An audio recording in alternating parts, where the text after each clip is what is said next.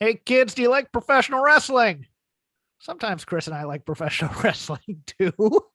This is shake It, them ropes. it is one of the many things that I do during a week. It is a come down period, I would say, this week after last week just being so absolutely frantic with news and things like that. This was just kind of a chill week, but plenty of news to get to. I'll open up with something kind of semi silly.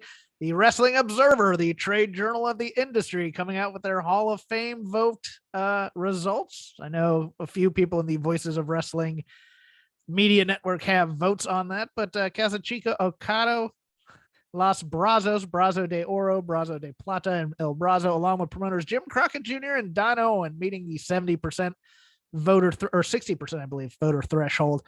Sergeant Slaughter and Mystico coming up just short at 58%, I believe. Two of those acts were death bumps. I think. I mean, Jim Crockett Jr. Look, I love me some Jim Crockett Jr. His dad deserves to be in any kind of Hall of Fame. He's a little iffy. Okada is because of how they do their. But like Sergeant Slaughter, guys, if I might just stop for a moment here, Sergeant Slaughter had a really solid career in the ring in the 70s and 80s, but Sergeant Slaughter was really great at marketing this character up to and including G.I. Joe. Sergeant Slaughter was a character that was bigger than the World Wrestling Federation and didn't necessarily need the World Wrestling Federation to make. Like, there was like a real symbiotic relationship between the Sergeant Slaughter act and WWF. And it not quite at the level of Hulkamania or whatever, especially because Sarge was often presented as a heel, but it was up there. This guy should be in the Hall of Fame. Yeah, not given the criteria that they do it for, which is why I think, look, my opinion on all halls of fame, no matter what, is get all the journalists and media out of it. Just let the people who are involved in the industry vote, because I think the journalists and the historians and things like that really get there. I'm a gatekeeper for the instead of just being more inclusive. They're the people who want to keep you out of the club. And I think that's a problem with all halls of fame, to be honest with you. Well, it's not all very good. Well, why not? If somebody played for 17 years and wasn't that great necessarily, but left a lasting mark, hell, put them in a Hall of Fame. Let people learn about him. Instead, we get I mean, I just think that like if you look at a guy like Macho Man Randy Savage as a Hall of Fame level act, Sarge is like just a notch below that in terms of like public awareness in the mid to late 80s. yeah. I mean, I think his '70s resume is stronger than his '80s resume. I To be agree, honest but with you, but you sum all those together. yeah, He I has a do. strong in ring career in the 70s, and then he has a big pop culture saturation in the 80s. That counts to me. Yeah, I've said before. I think there's some very strong issues with how sometimes even Dave, where they put the candidates, like Steve Williams. I've made it known here. I don't think Steve Williams belongs in the Hall of Fame because he was hidden in Japan. So you have like a small pond, big fish type of thing, and then the stuff, his mediocre stuff in America doesn't get dinged against him. And I thought that was a favor to somebody. But overall, my point on halls of fame: Rock and Roll Hall of Fame, Baseball Hall of Fame, Football Hall of Fame. Get anybody who wasn't a player or in the industry out. That's my basic thing. I don't know how you feel about that. Like, how do you feel about the Rock I and Roll just Hall of don't Fame? really care about Hall of Fames. Yeah, and you So shouldn't either. I no, I mean, it's just not a very high And valence that's sort why of thing to journalists me. care about them so much, is because they're made to be important in those halls of fame selection committees and stuff. This is where, oh, I have the power here. And you're just like, dude, it's just supposed to be fun. People had great careers. Why don't you just honor them, jerks? Anyways, might be projecting a few things on Peter King there, CNN, former CNN Sports Illustrated writer. News and notes. MLW suing WWE. They was reading from aforementioned Wrestling Observer, filed a lawsuit on January 11th against World Wrestling Entertainment, claiming intentional interference and contractual relations, or intentional interference with contractual relations, internet or intentional interference with prospective economic relations, and violation of Section 2 of the Sherman Antitrust Act. Lawsuit was filed in the U.S. District Court in Northern California, cited egregious efforts by WWE to destroy MLW by unlawfully interfering with MLW's access to media, markets, and wrestling talent. The Cliff Notes version of this is that there were two deals that it appears that WWE stuck their fingers in. The first being on Vice TV during the initial run of Dark Side of the Ring. Vice wanted to follow up on their ratings with a 1 hour wrestling show, and MLW got to be broadcast once. And then apparently it looked like there was some pressure from somebody to tell them to take that one off the air. They're thinking that possibly A&E, because of their relationship with Vice and also their relationship with doing documentaries with WWE. The other deal that is cited in the filing, won't bore you with it, is with a company called Tubi, Tubi, who have a deal with Fox. And MLW and Tubi had a press release ready to go that was held off for like a day or a morning. And apparently Stephanie McMahon called expressing her displeasure because Tubi is part of the Fox family. And they basically what the lawsuit accuses basically that WWE used its influence to get them off of there, and that they tried to make a deal with Fight TV, but there was a Fight executive who at the same time was working for WWE. I don't know about that one, but Court Bauer, he's gotten himself a firm. The firm's not it's not an ambulance chasing firm. It is a pretty good mid-sized law firm in San Francisco to run this. We'll see if WWE can get Jerry McDevitt to move the venue to Connecticut. That's going to be the first move here, Chris. Yeah, it seems like there's a couple of questions here, Jeff. Obviously, you've got the two different issues here. You have the one with MLW, and then you have the one with the Fox affiliate. And so the first question, of course, is the one involving Tubi. And the second question is not Tubi. And so the real question here is, I didn't even see that joke coming, Tubi, and I should have. or Tubi, not Tubi. I hate you because I see that joke coming, and I did. Oh, that was so good. Yeah, it's one of those things where it's like I ask people, okay, are you surprised?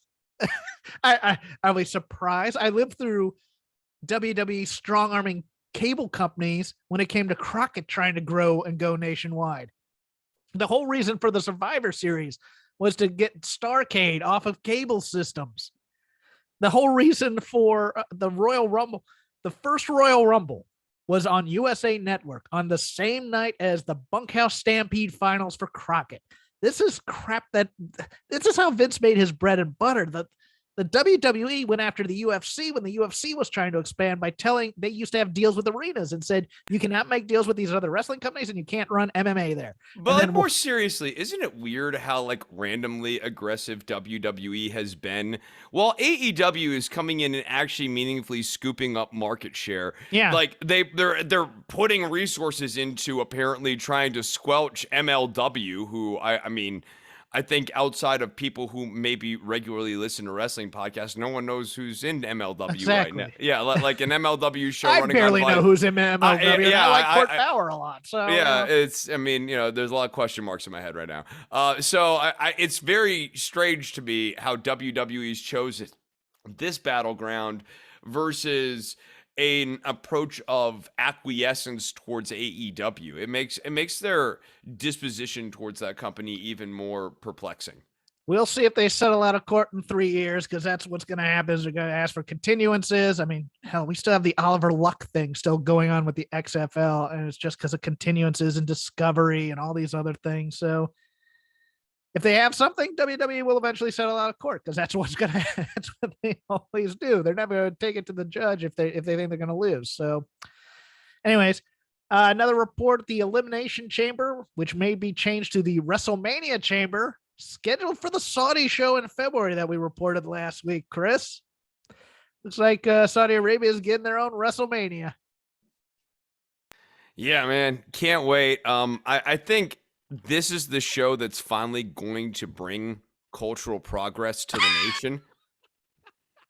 Six people who don't want to take hard bumps after doing an 18-hour plane ride. They're doing the Elimination Chamber, the match that hurts more people and is the most potential to screw up your WrestleMania But you card. gotta know your audience. You gotta know who you're working towards. Yeah, the Hold on. Elimination Chamber, I Have think you ever it really hold works. on? I gotta cut you off right there. Have you ever watched one of these Saudi shows and watched how little that audience cares about the show? They are there for a night at the circus. That's all they're there for. I mean, look, that's not a rowdy bunch. That's not a those are families on picnics for the most part watching these shows, and oh, they're there to see the I mean, like I, on a real note, like yes, I agree. It's even more than that, right? Like I think for the people who are able to afford to go to these WWE events in Saudi Arabia, it's a mark of status. And so, like, no one is passionate about this. No one is there for the quality of work. I mean, so in this sense, the Elimination Chamber,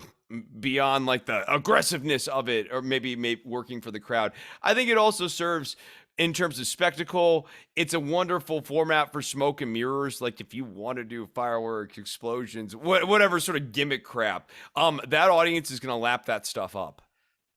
still though, this is the show where everybody says I'm just so tired after this flight, and they do the show immediately. And this match, they finally have kind of safetied the chamber a little bit after years, but still, I why do they do this? Why do they put this match between Rumble and Mania? It's just the dumbest thing. Well, it's time for the elimination. No, do it. They could do this in December when nobody gives a crap.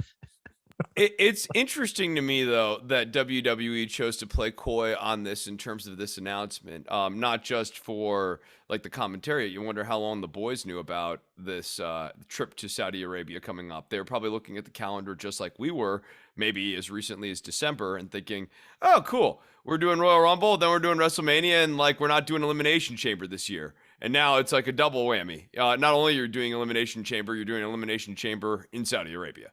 Allow me to take my victory lap. New report. I believe Fightful broke this one first, giving credit where credit is due. The NXT creative team to now report to Bruce Pritchard and Christine Lubrano. if you, if you Pritchard, uh, Pritchard's creative instincts aren't my thing. I'm just gonna say that, and I'm gonna move on. Anything you got? Um, the less Bruce Pritchard, the better. Yeah, I mean, look, I think he has ideas, but I think he's a guy that needs a filter, and if he doesn't get it, then it's like not good filters. Interesting report about a certain talent, Corey Graves, reportedly cleared to return to in-ring action earlier in the week. I was a go-between for certain news source and the company, and it was interesting that that the report was that Corey Graves was pitching ideas, and nobody had heard about this other than maybe Vince and Bruce. I look, Corey Graves, pretty good on commentary. I'll give him that. But that's what this is going to be. Everybody's like, well, where are you going to put him on the card? Blah, blah, blah, blah. I don't think he's coming back to wrestle full time. I think he might be in the Rumble. He might do a couple of 24/7 things, but they never saw anything in him to bring him up to the main roster when he was in NXT in the first place. I don't think Vince has ever even seen him wrestle before. So it's one of those things where I think people are getting a little bit way too ahead of themselves. I'm of the opinion that all three of the color commentators are going to be in this Rumble in some aspect between McAfee, Saxton, and Corey Graves. But I think Corey and Byron are going to do something related to the 24/7 title within the realm of the Royal Rumble. You know, that in late teens comedy spot type of thing. But I don't think Corey Graves is coming back to be a full time member of the roster in any way. I mean, even if he did, his biggest value is on the microphone. I think Corey Graves as a full-time wrestler is like a better version of the Miz.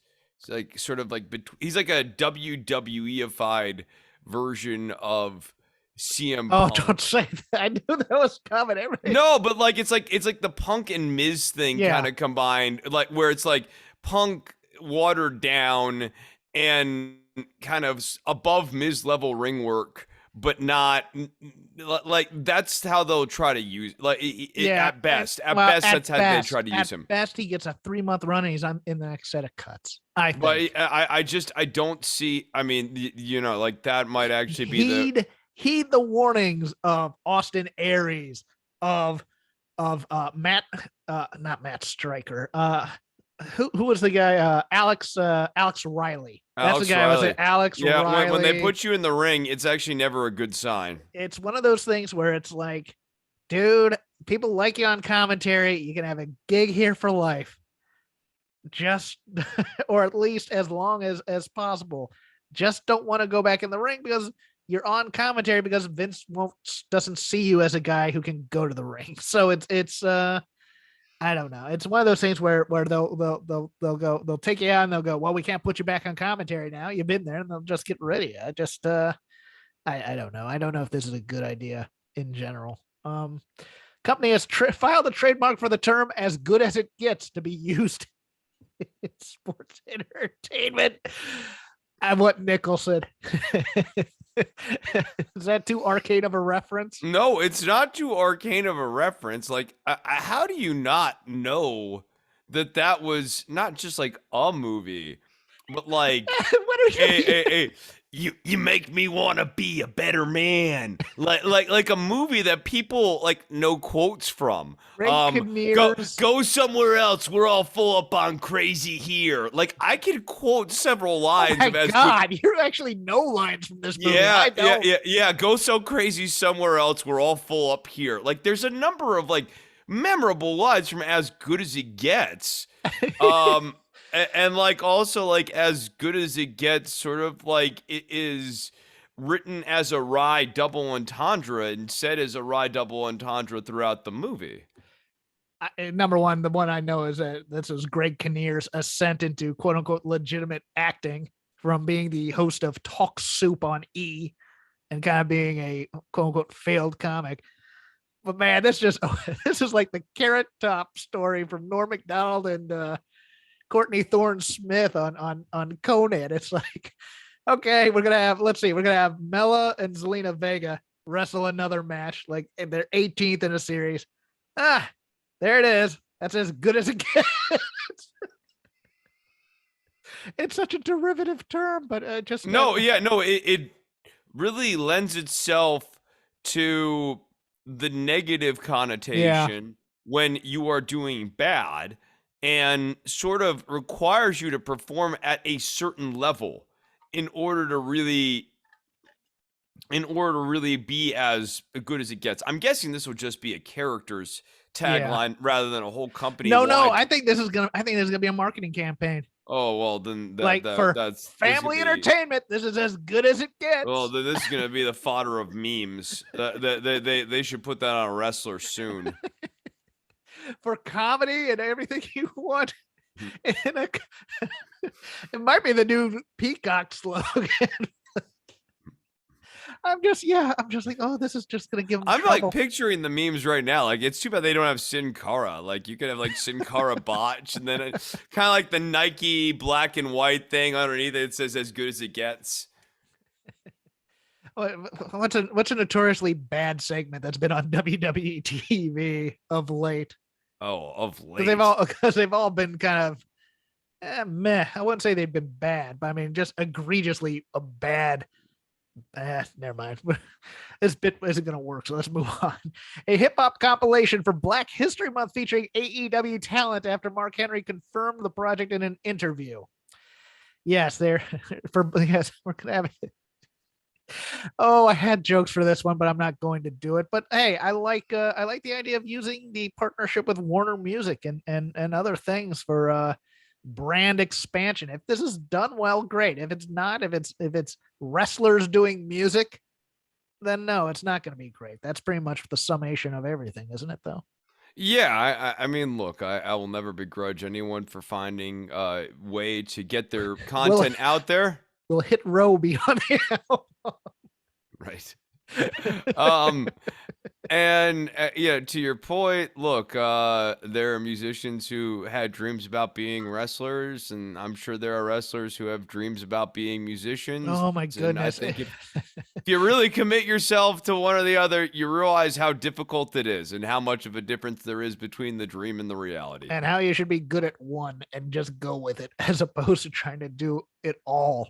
Like actors have this same problem. All actors want to be musicians, all musicians want to be actors, and both want to be directors. And you're just like, stick with what you're good at, kids. Come on. Personnel things. Hikaru Shida back to Japan. That was how they wrote her off. Probably for a little R&R. I don't think she's been back since the beginning of AEW. So, and because of COVID, wasn't able to return either. So she's getting some time off. Xavier Woods tore his planteers muscle. It's a muscle connecting the calf and the ankle. He's scheduled to be out 4 to 6 weeks. He will miss the Royal Rumble. Tony Schiavone's 2-year option picked up. Great pickup. Tony Schiavone has been a welcome presence on this commentary team and just doing all things. I think, and his renaissance has been spectacular. Hiroshi Tanahashi re-signed with New Japan. Brody King, as we saw on Wednesday, is signed with All Elite. The Gorillas of Destiny premiered on Impact, and the PCO has also signed a deal with Impact. Saw him on the Hard to Kill ending on Saturday. He's able to do indie dates with his. Any of these strike your fancy or something you need to comment on? Not really. The Brody King debut. Well, I guess we'll talk about when we talk about Dynamite. It was okay. Lazy River, you can hold it for that.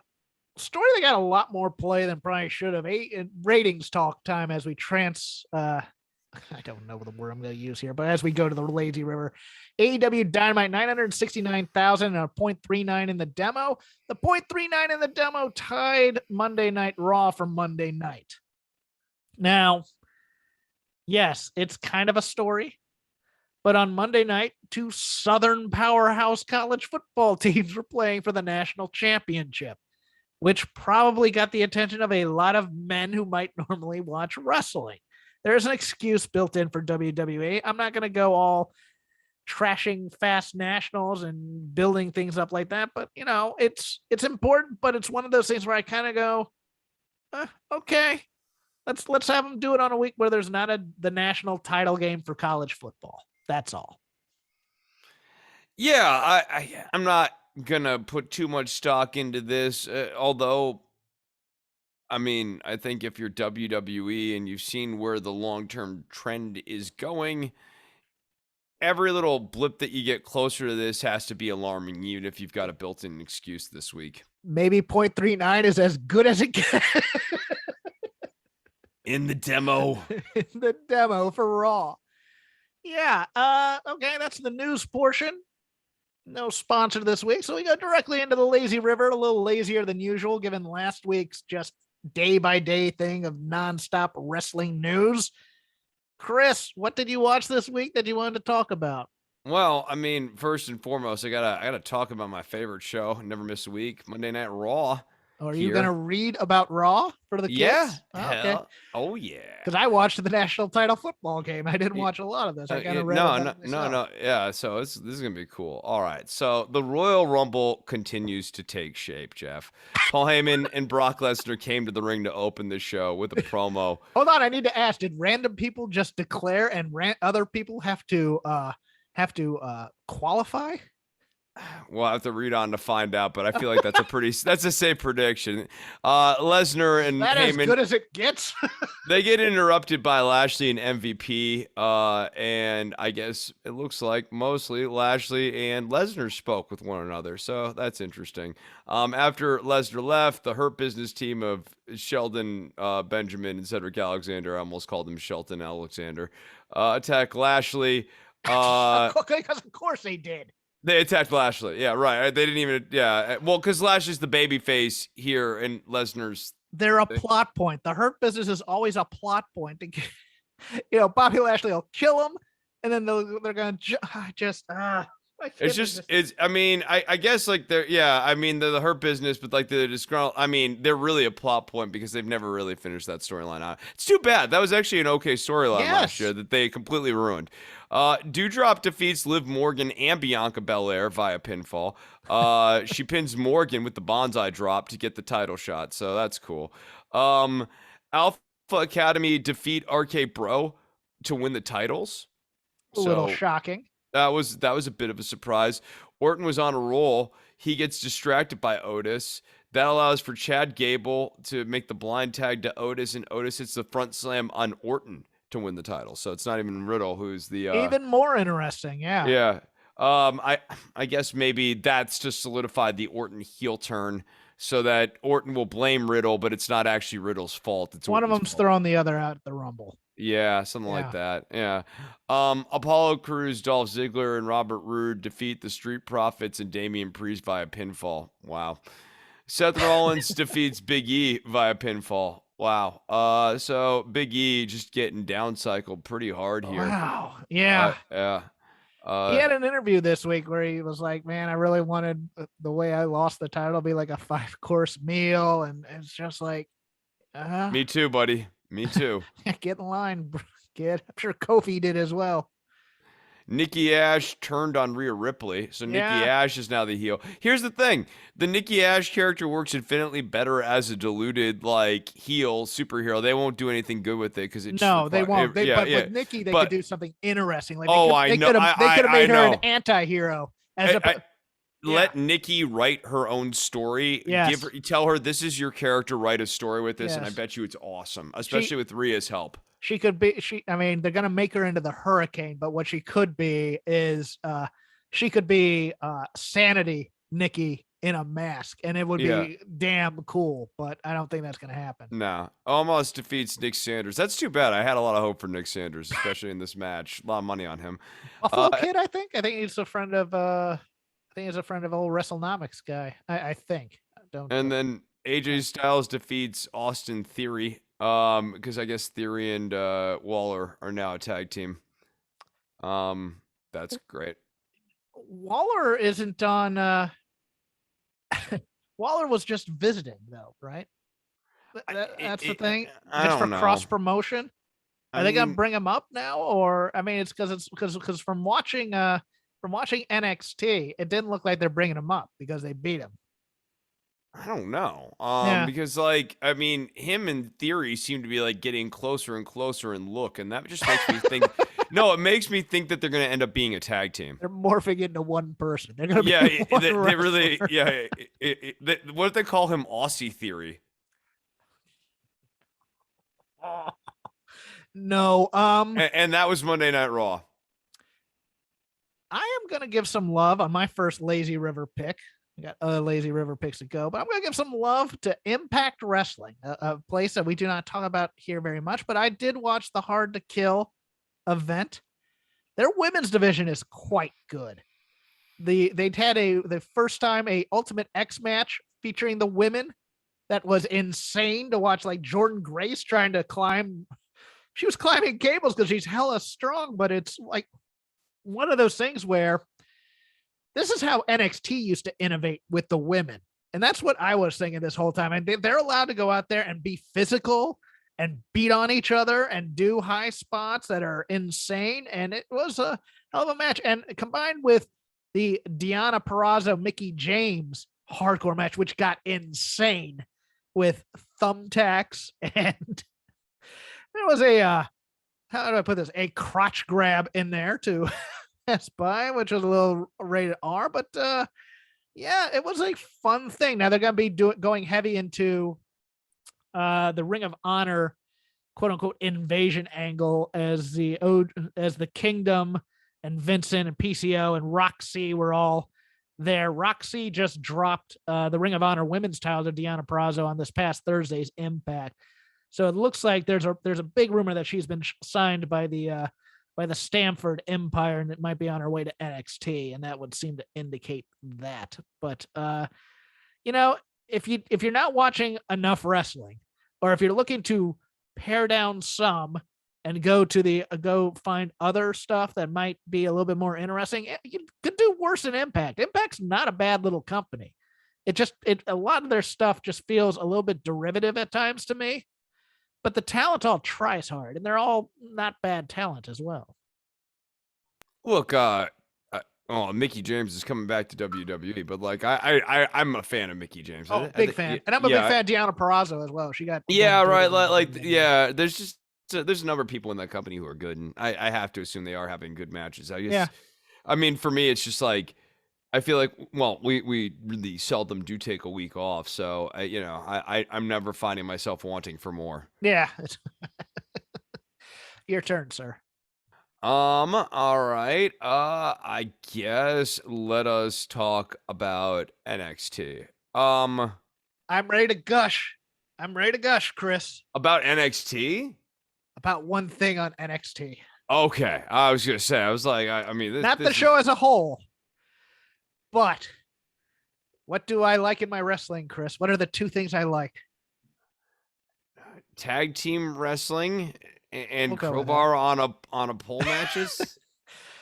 Bad men doing bad things and unrepentant stupidity. Okay. And Wendy Chu is the best. Karen Q is, we said when she got signed, she can find her niche in here. She's great at comedy. They take care of her. She's going to be great. I know there's a lot of AEW fans. They just have their own Orange Cassidy, blah, blah, blah.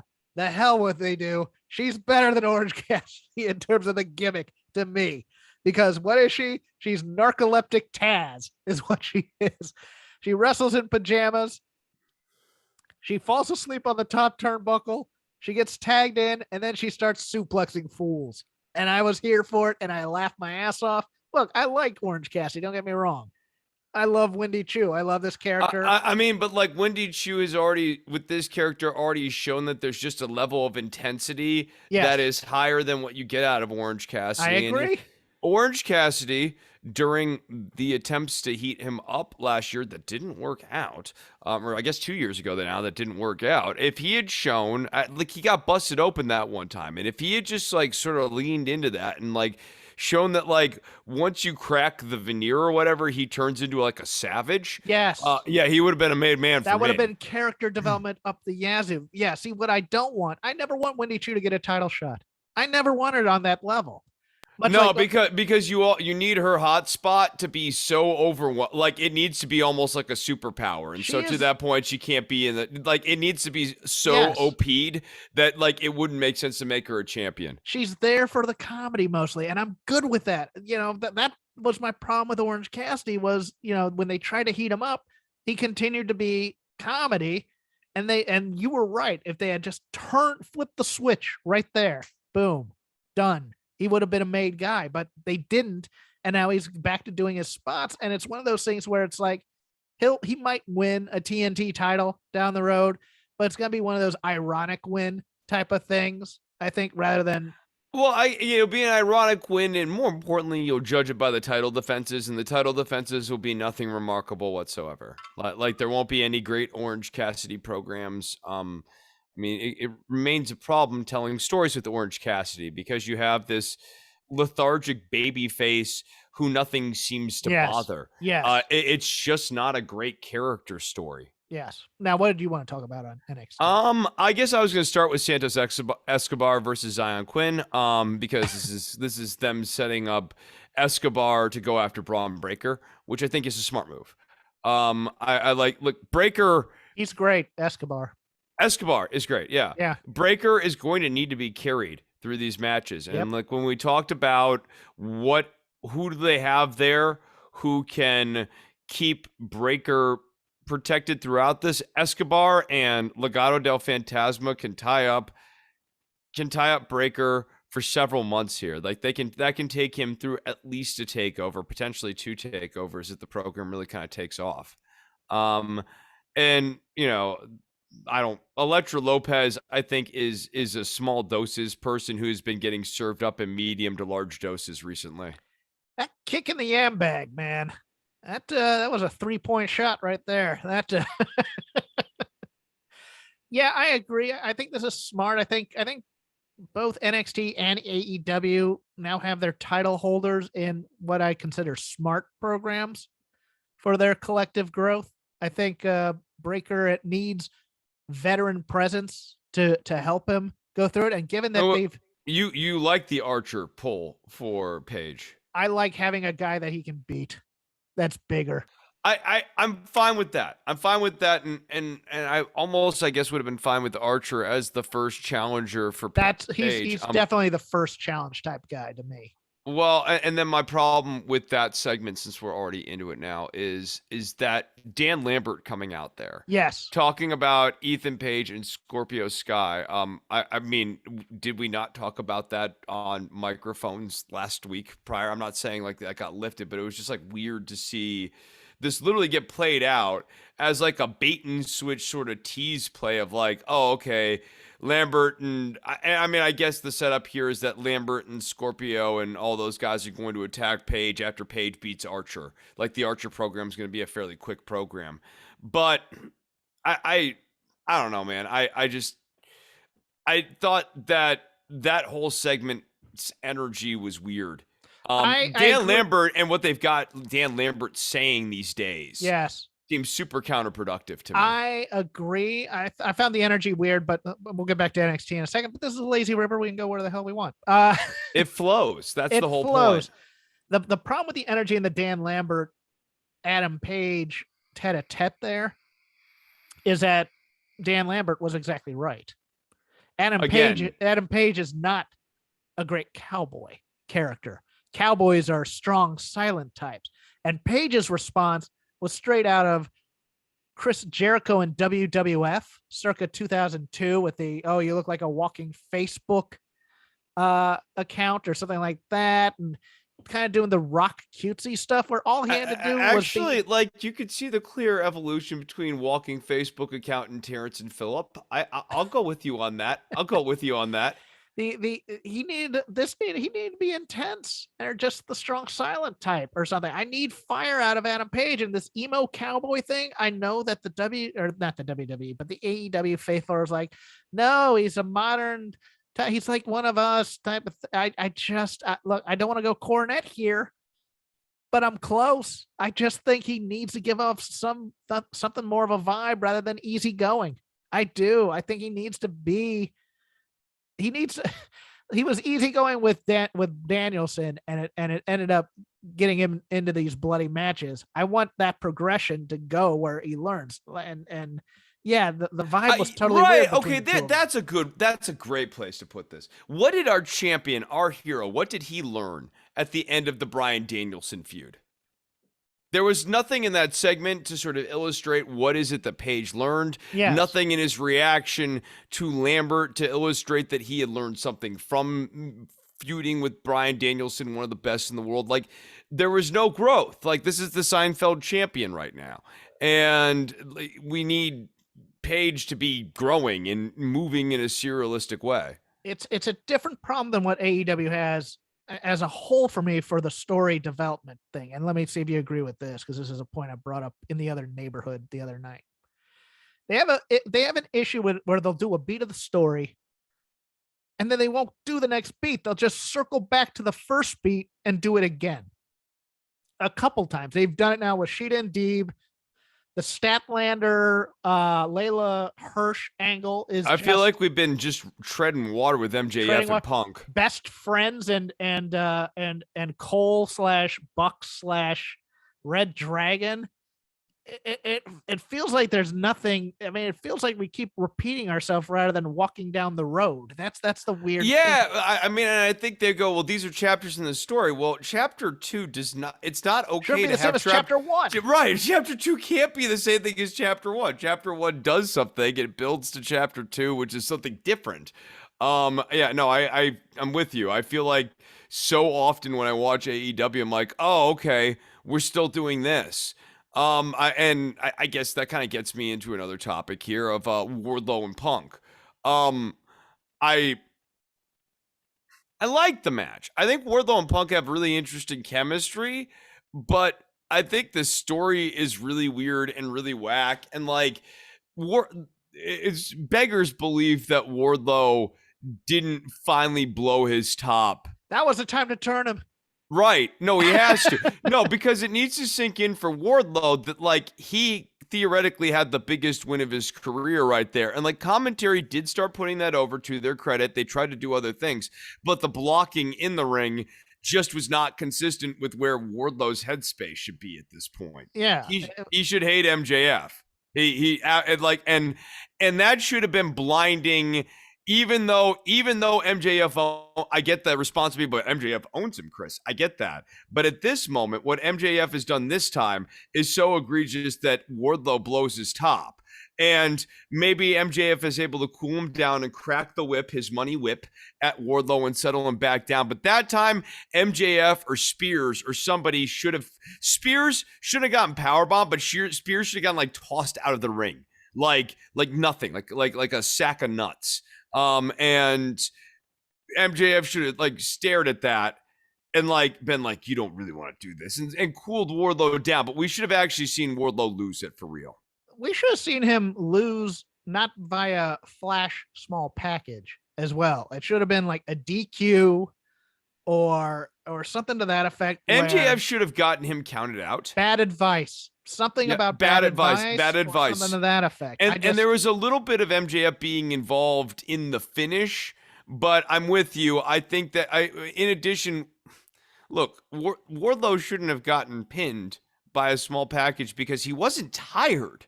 The idea that CM Punk is a master of the small package such that he could overpower Wardlow, a guy who's been kicking his ass for 10 minutes.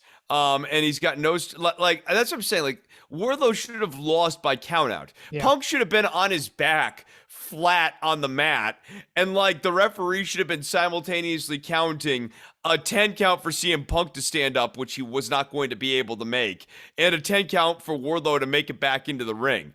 And Punk was 2 seconds behind, so all Wardlow had to do was walk back into the ring, and Punk's not going to stand back up, and Wardlow wins the match. It just needed to be starker, clearer. Like, this nuancy thing didn't do anything. You might go, oh, it's more plausible, but this is wrestling. Nothing's plausible. It's all about effective. And was that effective? I didn't think so. And with that, it reminds me, I'm now going to circle back to NXT. Okay. Because there were a couple of ridiculous, like their character development and story development in AEW is sometimes lacking, but the wrestlers are far more interesting in terms of the people that are in there. We go to NXT and you have Braun Breaker in his promo talking about his dad, who we can't mention on the air. We have Gable Stevenson's brother wrestling on this show. And they mentioned that he was a wrestler at the University of Minnesota. From the same place where Gable Stevenson is. The same place where Gable Stevenson went, and they didn't use this at all. I'm just like, what? This is when you are high on your own supply, way too much about how great you are building characters, when really you're building stereotypes of all the time. I'm just like, that line floored me. I'm like, that's his brother. Why not just yeah, so you can take interesting and make them boring, and you can take boring and make it interesting. But for some reason, we always go the opposite way we should be going on these things. So it's just weird, man. Yeah, I mean, look, the rest of the show was just weird, sort of defines it, right? Pete Dunne versus Tony D'Angelo. This Tony D'Angelo character stinks. The character stinks, but he's good at it. And he's also not bad for his like fourth match in the ring. I mean, he hasn't had more than 10 matches. And he's got charisma. It's just like, it's like this character, it's so viciously derivative. It's a sketch comedy character is what it is.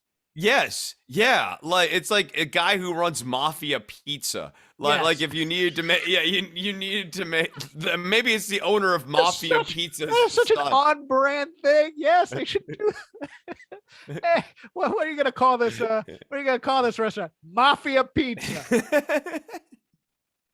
What are you going to do? Oh, I'm going to launder money through it. Hey, we got ovens. I just just two cops going, now you guys aren't doing anything illegal here at Mafia Pizza, are you? No, no, sir, we're not. And two guys are like hauling a body in the background. Putting into the oven. Yeah, so they're hiding in the trash. Mafia Pizza. I mean, that's just a name, right? Oh yeah, Mafia. No, it's No, it's not just a the name, it's a family name. flavor. The Yeah. family name that's been passed on for generations. My God, that's good. Like, I just, yeah, I mean, you're right. Like, otherwise, he's fine. It's just like this show, these characters are boring, dude. Like, Yes. they're boring, and it's not even kitschy in the way that like watching the old WWF from like 1990 with all like the dumpster man, Duke the Dumpster Drazy, and Repo Man, and all those sorts of characters have like some sort of kitschy fun to them, even though like they're also Or goofy. Lucha Underground. Lucha Underground had kitschy fun within. They had a number, yeah, they had a number of those guys, like Famous B and stuff like that. Lots of kitschy fun. This isn't even that. These aren't fun. These aren't fun characters to watch. You don't want to. And even worse, these are characters who are written a lot of times in ways that they don't even naturally sort of lend themselves to interactions with one another. Like the Joe Gacy character. I don't think they ever thought about like, okay, like when Joe Gacy interacts with people, what does he do? Well, it was like, well, he can abduct people. Okay, what else? what else can he do when he interacts with them? Yeah, I the best feud right now going, the one that keeps my interest everywhere. Unfortunately, it's on Twitter, but I'll take it. FTR and the Briscoes are effing killing it on the promos, going back and forth. If you haven't had a chance to see the last one the Briscoes cut and the last one FTR cut, which came out today, do yourselves a favor and go out and watch these things. They are intense. They are angry. If you're a smart fan, you know they're kayfabe. They break the fourth wall a little bit, but not enough for me to take me out of it. I want to see these guys fight. I want to see them cut these things on TV and not just have, we're the best team. No, we're the best team. I want some intense promos on television. And I want these promos on television, Chris. I watched this, and what I was thinking about as I was watching it was it really speaks to the disconnect in the presentation of FTR. Great tag team. Yeah. They do really great and interesting character work on Twitter that does not get translated over to the Dynamite show on a regular basis. And I think a lot of the things that they're doing on Dynamite right now are actually undermining them. And as I watch Twitter and these sort of Twitter style promos and that's the thing, I'm look, the Midnight Express homage thing, is that helping? Yeah. I love the Midnight Express. I liked it for 2 weeks, and now I liked it's a little derivative. Weeks. I like them even doing it on special occasions. That like on a big match or big whatever. Shows for big shows, do the cosplay stuff. They'll do the Midnight Express thing, or I'm fine with that. But I think that I'm interested in FTR operating more of a gray character space where they're two guys who are real serious and real into themselves and take the business real seriously. And sometimes that makes them heels, and sometimes it makes them like defenders of the tradition, and it makes them like baby faces, jerks with a point. Yeah, jerks with a point. And like I think that there's just a much more compelling character that can be done outside of Pinnacle, which is a useless faction, especially for them. And especially with the way they've now turned Shawn Spears into another into clown again. When he was serious, he was kind of interesting. Now he's back to being comedy.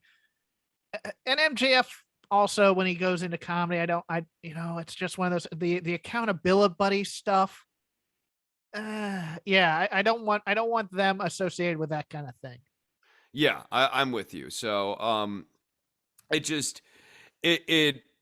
I want to see FTR doing different things, and watching this promo only sort of furthered that. I'm interested in a more gray presentation of FTR, still trending towards black, but like more gray, and more muted. Do you have anything else for the lazy river? I don't think so. No, I I don't. have one last thing because I watched NXT UK this week. I watched the send off for Walter versus Nathan Frazier. And it's everything this company. Do you want to see a microcosm of booking logic in this company? Look no further than Walter and Nathan Frazier. Fun match. David versus Goliath match. Walter beats him down. Nathan Frazier comes back with a lot of speed stuff, almost gets to the point. And then we just have Walter beat him as opposed to putting him over on the way out. I got one last item too. The Acclaimed versus Bear Country section of Dynamite this week was baffling to me. How so? So, the Acclaim overcome Bear Country. Yes. And Max Caster is sort of like beginning to be a little more baby face like. He's, interacting with the fans. He's like high-fiving. He's doing all the things that they tell you to do when you're supposed to be a baby face and all of that. And he's doing this as they're leaving the ring, only to get attacked by Sting and Darby Allin. And the crowd sort of doesn't really know how to like the crowd is not excited to see the Acclaim get attacked by Sting and Darby Allin. Oh, Like, really? Okay. I think it was just unexpected because of they they they brought up Sting and Darby in the rap pre-match. yes, yeah. And then post-match they got the attack. I don't I get that they set it up. I think Okay. that they missed the mark here, and that the Acclaimed are more over with the fan base than I think the booking necessarily envisioned them. Like, the Acclaim beating Bear Country, like, people were behind the Acclaim beating Bear Country. They weren't rooting for Bear Country to crush the Acclaimed. No, they were ahead of the curve. Yeah, and they're fun heels. And that's a Right. problem with fun heels. They've now really gone into, and we've made this comparison before. They're a new age outlaws country because they pop for Bowens screaming, his voice box out the name of the city, Yeah. as And opposed to rooting and for Caster's Caster to get raps killed. Yeah. Caster's raps also don't slag on the crowd anymore. They slag on the opponent, which is Or the fun. sports city, the local sports town, or whatever. It's one of the it's very Miz like in some ways, shall we say? Yeah, no, I'm feeling it. They've made a turn here that but I think like Caster has the ability to turn that back. We're just gonna see if he gets encouraged or not to do it. Yeah, no, I know he has the ability to turn that back. It's just this match was just, it was a strange beat, because if you want to have Darby and Sting come out there and beat up the Acclaimed afterwards, by all means do that. Keep the Acclaimed heel, by all means do that. But like, don't put the Acclaimed in a tag team match where they're working as the underdogs and they overcome Bear Country like without like really any serious deviousness. What did they do? And the worst part was what they did. They like roped him. They're like, Yeah. one of the guys, one of the guys, like, that's not even illegal. That like that's just a move. Like, you just do that. Yeah, the number of things that have become legal in professional wrestling, I think, is one of those things that have kind of hurt heels in some ways. Like, you can just put people through tables willy-nilly, and it's not a DQ anymore. I mean, but the rope thing, you see baby faces Yes, do too. yeah. Yeah. Sometimes they'll like go from the inside of the ring to the outside of the ring and then rope. I mean, it's just like the idea that was the heel way of procuring the win was silly. I just thought that this segment was a bit of a swing and a miss. But other than that, I mean, I don't have much to say. I'm ready for the Acclaimed as baby faces, though. I found the entire show on Wednesday to be kind of meh. Other than the main event, I did like Daniel Garcia and Sammy Guevara. I thought that was Deeb and match. Sheeta really underdelivered for me. That was just a write off. That was a plot point. You can't do that in the fourth match that they've had on TV. Now, I mean, that was the weird part about it. Is like it was just scripted to be that's probably your second match that you put in there type of thing. Yeah, it was just a lot of chess piece moving without moving them. That was my issue this week with that. But gonna end it there because Jeff has to pack for a flight. Chris has to go to a gig at yes. So you can follow me at Crap Game 13. You follow Chris at DWATG, and just follow the show at Shake Them Ropes. If you'd like to donate to help keep us going on this thing, go to redcircle.com, look up Shake Them Ropes. There's a donation button there. Have not plugged it enough, but there are apparently shows on Voices of Wrestling that do pretty well in that realm. We'll see if we can earn your ducats. Chris also does You know what? You sign up. I don't know what our pay scales are, but I'll record like versions of theme songs if people really want them. there you go. Yeah. Give him the money to do stuff. Yeah. You sign up, you can get a copy of a theme song. You name the theme song like a classic. Well, 80s, these are like 90s. one-time donation type things, not recurring type things. There's a donate button up there on the page. Oh, is there? There's a donate button. Yeah, Okay, it's a bucket, not just the Patreon, which oh, okay. is dormant, but we still get $5 a month from it or something like that. It's not bad. Huh? Thanks for those who have stuck around on that.